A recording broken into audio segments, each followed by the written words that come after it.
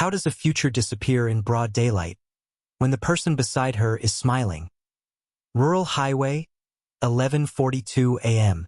Sunlight washes the fields. Car idles at the shoulder. Lauren Holloway tightens her grip on a folder she's carried for years. Stay, because this story isn't about a sudden attack. It's about trust being used as leverage. And the moment everyone realized too late that the danger wasn't coming from outside. Lauren had built everything step by step. Applications sent, interviews cleared, a move planned down to the mile. Nothing dramatic, nothing reckless, just momentum. That morning, she texts Brooke Sullivan a photo of the offer letter. No celebration emojis, just relief. Closest contact, Jordan Whitman. Jordan was already there, already helpful, already calm in a way that made adults trust him without checking twice. 3 hours later, Miles Thornton notices something small. Lauren hasn't refreshed her messages. Not once. That wasn't her. Mother, Carolyn Holloway. Carolyn calls. It rings, then stops. The silence lands heavier than any answer. By mid-afternoon, Grant Holloway drives the route Lauren was supposed to take. Sun still high. Traffic normal. No sign of urgency except the clock. But one detail didn't add up. The folder is found first. Placed, not dropped. Every page inside is neat except the one with tomorrow's date. Lauren didn't vanish chasing a dream. She vanished while handing it to someone she trusted. And when Owen Callahan mentions seeing the car move again, after it was supposed to be empty, the timeline fractures. Why did the car move? After everyone swore it was empty. County Road, 2:18 p.m. Heat ripples above the asphalt. Tire marks cut a clean arc back onto the road.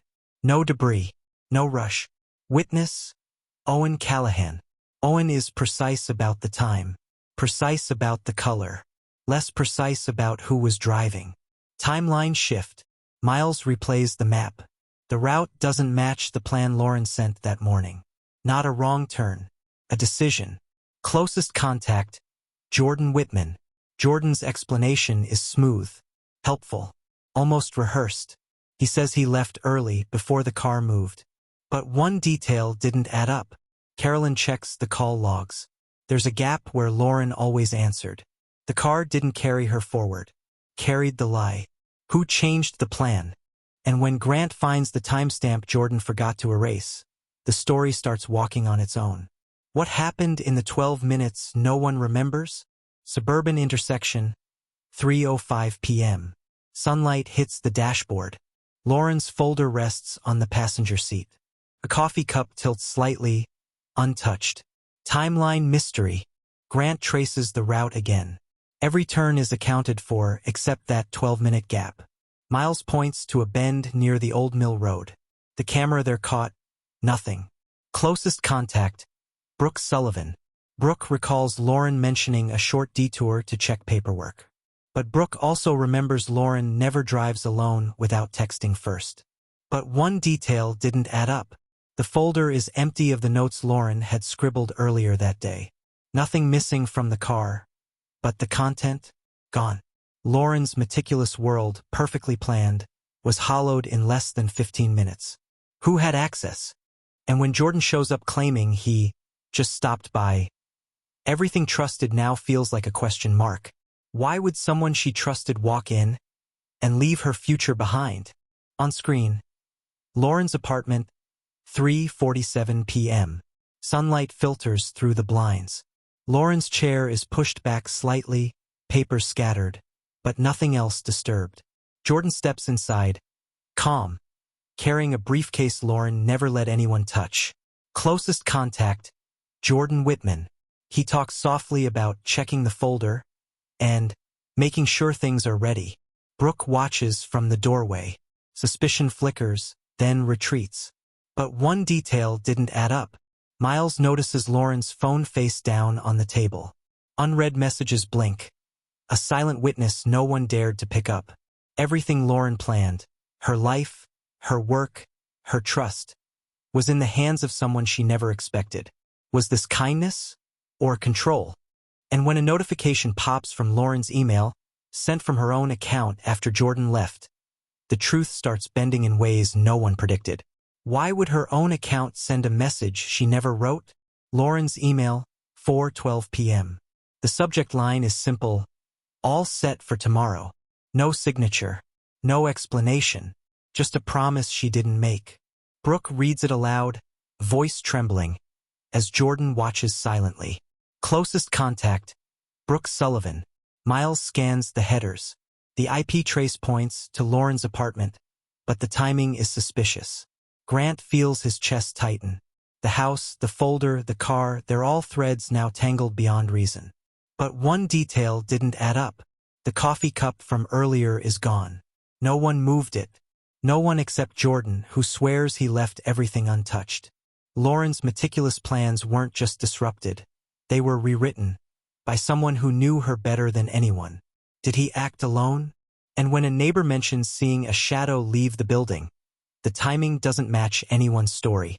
Who moved her plans while everyone thought she was in control?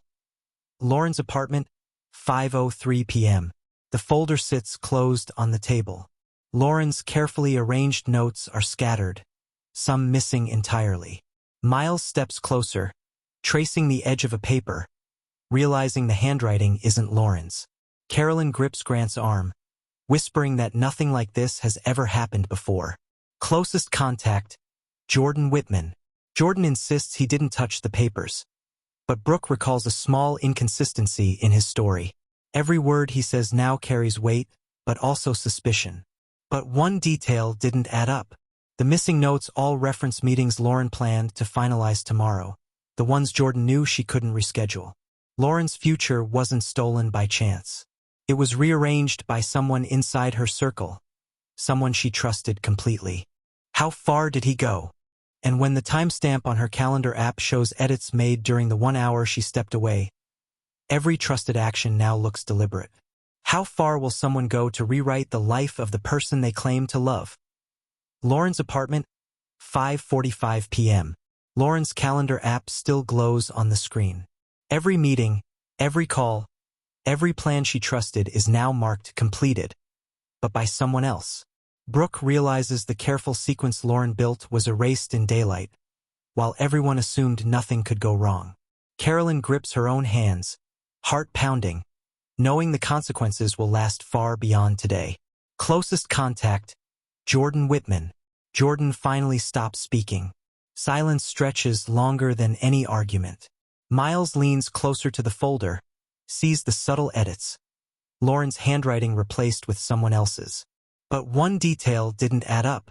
Every timestamp matches Lauren's known habits. But the intent is all wrong. It wasn't just manipulation, it was control masked as help. Lauren's trust became the tool of her own undoing. Her future, painstakingly built, now exists in fragments. Who will answer for this? Jordan faces scrutiny. The authorities trace every edited document, every deleted message. No celebration, no relief, only the quiet acknowledgement that betrayal leaves permanent marks. Subscribe to the Veil of Secret for the stories you weren't ready to face. Sometimes the person closest to you isn't the one who protects your future. They're the one who rewrites it.